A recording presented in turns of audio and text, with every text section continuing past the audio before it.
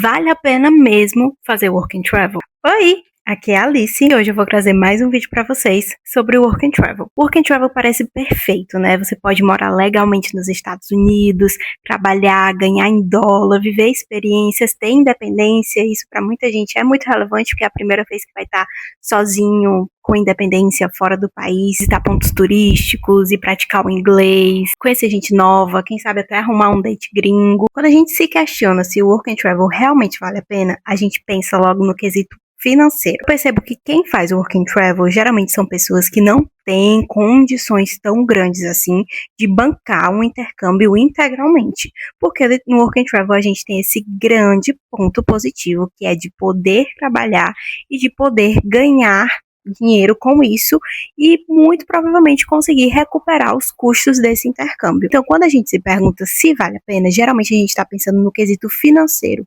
porque de experiência, de vida, experiência pessoal, eu acho que vale a pena sim, eu acho que compensa. Mas no quesito financeiro, tá valendo a pena fazer work and travel em 2025? Tem algumas coisas que a gente tem que pensar quando a gente pergunta se vale a pena ou não fazer work and travel. A gente tá no ano de 2025, o dólar tá tipo 5,40 hoje, nesse dia que eu tô gravando, mas ele já chegou a 5,87, acho que um mês atrás, que foi quando eu paguei meu programa, então eu peguei um dólar muito alto, sendo que 2 anos atrás, em 2023, quando eu fiz o programa, pela primeira vez, eu peguei o dólar 4,80. Então, tipo assim, subiu. O valor dos programas todo ano tem reajuste, todo ano aumenta. Esse ano eu paguei $1.650, porque eu fui pela GC, que é o sponsor diretamente. Mas quem vai, principalmente pela IE, que eu acredito que a IE seja a agência mais cara para fazer work and travel, tá pagando aí, gente, não sei, por favor, coloquem aqui nos comentários, $2.400. Acho que 2.400 foi na época que eu pesquisei para eu ir pela primeira vez em 2023. Eu acho que agora deve estar 2.600.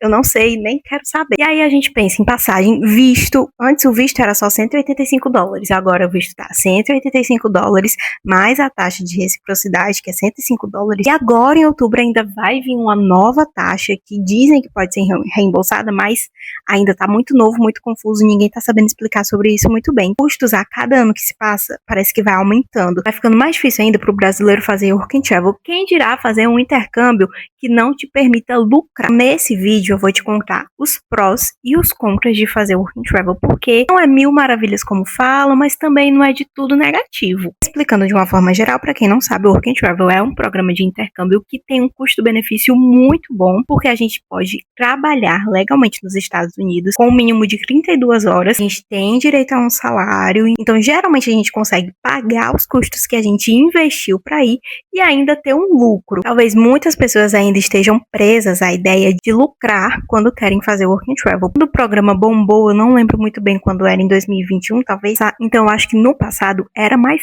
fácil lucrar. Bombou por causa disso, porque muita gente voltava com muito dinheiro aqui pro Brasil. Eu fiz o programa pela primeira vez em 2023, eu voltei sim com R$10 mil aqui pro Brasil. Eu fiz no total R$30 mil durante 3 meses de trabalho. Só que nem todo mundo tem a mesma experiência de lucrar bastante. Tem gente que trabalha pouco, tem gente que recebe menos, tem gente que gasta muito, tem gente que vai para um estado que tem um custo de vida muito alto, tem gente que paga muito caro no programa, aí tem várias questões envolvidas. Ainda dá para lucrar fazendo work and travel? Eu acredito que sim, mas você tem que ser muito assertivo na escolha que você faz do empregador, da cidade, estado, tem que pensar muito bem em cada coisa. E eu também vejo que é muito questão de sorte, porque às vezes, por exemplo, tem um empregador que é muito famoso, muita gente já foi para ele, e aí você já tem relato sobre aquele lugar, você sabe que eles pagam overtime, ou então naquela cidade você sabe que dá para conseguir um segundo emprego, e aí você decide ir para aquele lugar pensando nisso. Só que aí você chega no ano seguinte, mudou tudo, o lugar mudou completamente, ou é muito variável, não dá para dizer, a position tal ganha muito, a cidade tal você consegue ganhar muito, ou então o empregador tal você consegue trabalhar muito, sabe? Eu acho que é muita sorte. Porém, nesse vídeo, vamos nos concentrar nos pontos positivos e nos pontos negativos de fazer work and travel. Um ponto muito positivo é que para você que é um pobre lascado, você pode fazer umas dívidazinhas, pegar um dinheiro emprestado, falar, fulano, me empresta aí R$15 mil que eu vou te devolver. Dá pra fazer sim uma dívidazinha, dá pra passar no cartão de crédito, dá pra pedir um dinheiro emprestado, entendeu? Porque outros tipos de intercâmbio, como um intercâmbio de estudo, um high school, sei lá, os outros tipos de intercâmbio aí que existe pelo mundo. Mas eu também tô falando aqui numa posição de uma pessoa que não entende tanto sobre intercâmbio. Tem um intercâmbio nos acampamentos de verão, tem intercâmbio para outros países, para Irlanda, tem para Europa, tem para Portugal. A gente tem a oportunidade de ficar legalmente no país, geralmente 3 meses, mas tem gente que consegue ficar 4, 5 meses no país, então isso é muito bom. É totalmente diferente a experiência de você ficar 3 meses morando e trabalhando em um país do que a experiência de você ir e ficar 2 semanas, 20 dias a viagem. Ganhar em dólar é muito bom. A gente pensa, nossa, o dólar tá 5,80. A gente tá tendo todos os gastos em dólar, mas a gente também tem todo o retorno em dólar. E, gente, é tão bom comprar nos Estados Unidos em dólar, porque as coisas são muito baratas, tem um preço muito bom. Comprar roupa, comprar sapato, comprar maquiagem, e esse é um ponto positivo, você vai conseguir fazer muitas comprinhas, sabe, todos aqueles itens eletrônicos, e aqui no Brasil a gente não tem condição de comprar, você provavelmente vai conseguir comprar lá. Óbvio, né, que se você juntar um pouquinho, né, você também não pode dar louca e querendo sair comprando tudo, porque aí não vai dar, né. Gente, a gente tem contato com pessoas do mundo todo, não tem contato só com americano, você vai ter contato com pessoas do mundo inteiro. Vai ter muita gente latina, por exemplo, no lugar que eu fui, tinha muito latino, tinha muita gente que falava espanhol, inclusive isso me possibilitou aprender o espanhol. Eu aprendi uma terceira língua. Eu fui para praticar a segunda, mas eu pratiquei a segunda e ainda aprendi a terceira. Para muita gente, essa vai ser a oportunidade de ter independência aí, comida, ir no mercado e comprar sua própria comida e fazer sua comida e lavar sua roupa, que muita gente não tem. Aqui no Brasil, na casa dos pais, é criado como filhinho de papai, filhinho de mamãe, que não tem essas responsabilidades. Então, uma coisa muito legal do Working Travel é que você não precisa ter experiência de trabalho, experiência assim profissional, para ir. Você pode ir sem experiência nenhuma. Então, lá, você vai ter experiência de trabalho, mesmo que aqui no Brasil você nunca tenha trabalhado, nunca tenha feito um estágio, claro que ajuda se você já tiver feito. Mas se não, você consegue ir do mesmo jeito. E você vai ter lá as suas primeiras experiências de trabalho. Eu acho que não tem nada comparado a uma experiência de morar fora, sabe? Isso amplia muito, expande muito os seus horizontes, abre os seus olhos para muitas outras oportunidades lá dentro dos próprios Estados Unidos.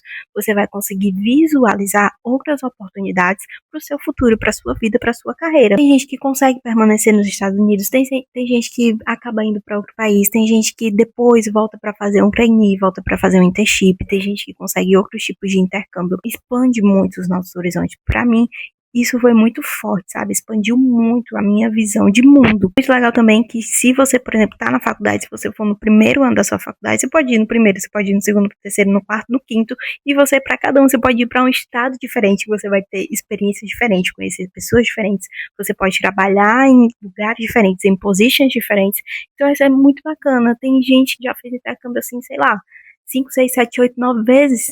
Também tem um ponto positivo de você poder viajar. Pode pedir aí 2, 3 dias de folga e viajar para um lugar perto. Então, antes de você começar a trabalhar, ou então depois que você terminar o seu trabalho, você pode também viajar, conhecer pontos turísticos, conhecer lugares famosos. Você tem essa oportunidade de conhecer muitos lugares. Talvez aqui no Brasil você não tivesse a chance, né, a oportunidade de fazer. Como, por exemplo, para mim, eu pude ir para Nova York, coisa que eu nunca nem imaginaria aqui na minha realidade aqui no Brasil, viajar para Nova York. Tá bom, mas quais são os contras de fazer work and travel? Custos iniciais, né? Um gasto grande. Esse ano eu acho que eu vou gastar por volta de 13 mil. No meu primeiro intercâmbio, eu acho que eu gastei nessa faixa também. Eu gastei um pouco mais, porque eu tive que comprar algumas roupas de frio. Dessa vez eu já tenho tudo, então eu não vou comprar. Investimento inicial, que para algumas pessoas, trava na hora que a pessoa olha e fala assim, o quê? 15 mil? Para quem aí tá indo com a agência, eu acho que o total acaba saindo aí uns 18 mil. Então a pessoa olha esse preço e fala assim, meu Deus, nem tudo você precisa pagar de uma vez, a maior parte você precisa pagar de uma vez é o programa, né?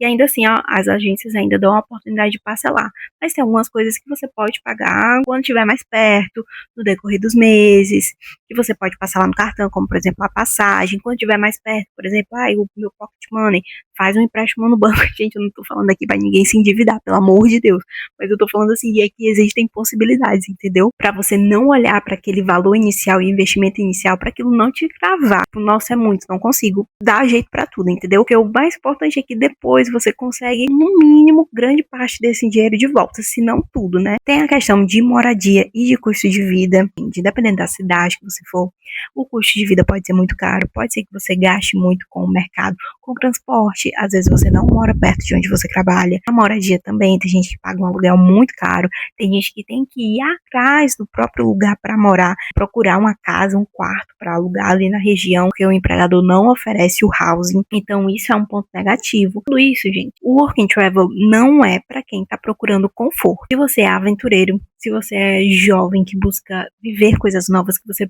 busca experiência, que você busca coisa diferente, que você quer sair da sua zona de conforto, que você quer crescimento e amadurecimento, é pra você. Se você quer conforto, aí você, sei lá, joga na Mega Sena, ganha um dinheiro, muito, muito dinheiro, aí você vai lá pros Estados Unidos, pega um hotel muito caro, fica só passeando, charlando, comendo em restaurante. Essa não é a nossa realidade, né? Então a gente tem que passar alguns perrengues, alguns sufocos, algumas humilhações. Você tem que botar na ponta do lápis e ver se vale a pena. O Work and Travel não é pra todo mundo. Pra mim foi uma experiência difícil, sim. Eu já contei os piores momentos que eu tive no meu intercâmbio. Só que eu sobrevivi. Olha aí o ponto positivo, a gente sobrevive. E aí eu sobrevivi, o trauma passou. E aí eu decidi que ia voltar por causa de todos esses pontos positivos que eu falei, né? A oportunidade de fazer dinheiro, de praticar o inglês, de conhecer as pessoas, de expandir, apesar de ainda estar com um certo medo de me arrepender da minha decisão na primeira semana que eu chegar. Sim. Será que esse vídeo te ajudou a decidir se é pra você ou não? Você já foi, você já fez, você tem vontade de fazer, você já fez outro tipo de intercâmbio? Me conta aqui nos comentários e me acompanha, porque vai ter muito vídeo sobre esse assunto e eu quero mostrar todo o processo até o dia do meu embarque pra vocês. É isso. Beijos!